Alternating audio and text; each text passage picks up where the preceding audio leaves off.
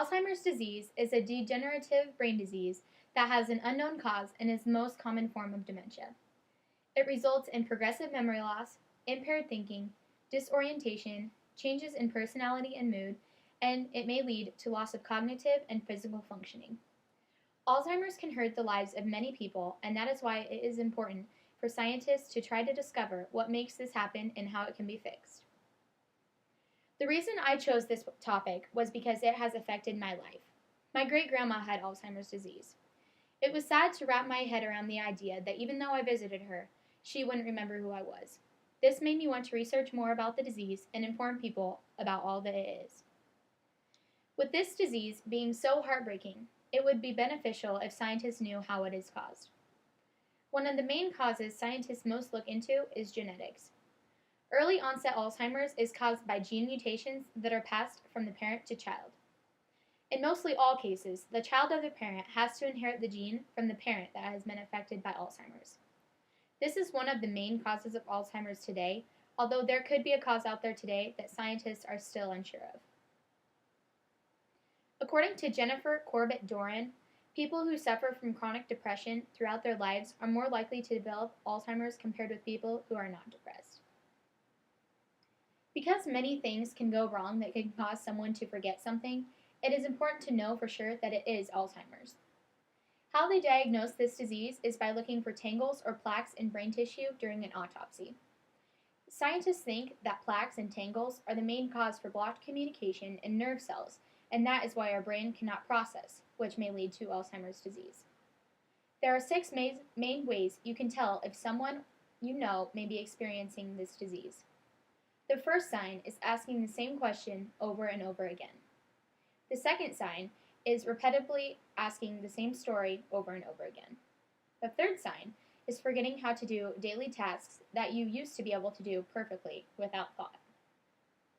The fourth sign is when you may start to misplace items or forget where you were at, even though you've been at these places many times in your life.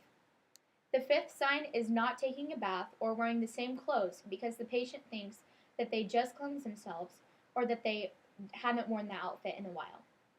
The sixth sign is when the patient asks someone to help them make a decision when it used to be a question they knew the answer to no matter what.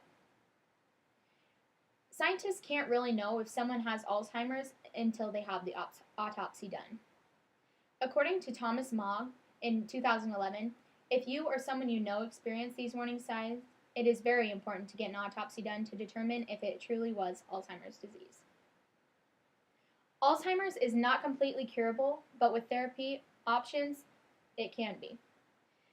Statistics of the New York Times newspaper stated that Alzheimer's currently affects 5.4 million Americans, and that number is expected to double by 2040.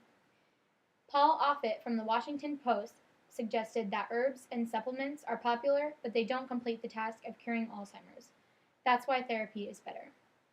The type of treatment the patient receives depends on what the thoughts of the patient has on life and their illness. Sometimes a doctor will prescribe medication to the Alzheimer's disease patient as well. There are 3 forms of progressive Alzheimer's. Some common things you may experience if you're in the mild stage of Alzheimer's are you may get lost, forget how to do everyday tasks, act moody, or feel less social. Some things that can happen with moderate Alzheimer's disease is you can forget your family and friends, you don't know what day it is, forget where you live, and forget how to dress yourself.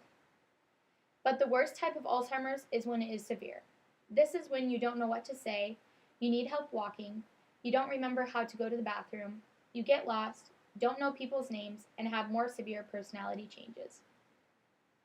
Having a family member or friend that is diagnosed with Alzheimer's can take a huge toll not only on the patient's life, but on your life as well.